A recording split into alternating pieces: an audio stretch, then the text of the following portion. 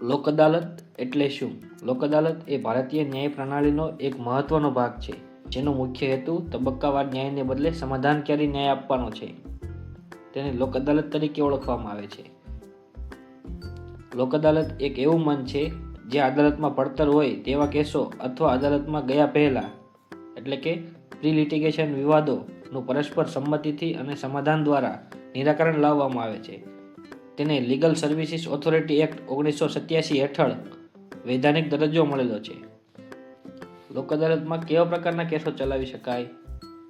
લોક અદાલતમાં મુખ્યત્વે લગ્ન વિચ્છેદના, ભરણપોષણના, જમીનને લગતા વિવાદના, ભાડુઆતના, લોન રિકવરીના, અકસ્માત વળતરના, ચેક બાઉન્સના કેસો અને એવા ફોજદારી ગુનાઓ જેમાં સમાધાન શક્ય હોય તેવા કેસો લોક અદાલતમાં ચલાવી શકાય છે.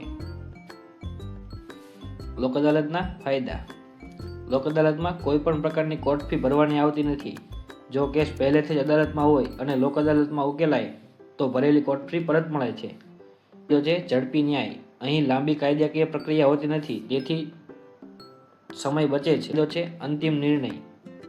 લોક અદાલતનો જે ચુકાદો આવે છે તે સિવિલ કોર્ટના હુકમનામા સમાન ગણાય છે.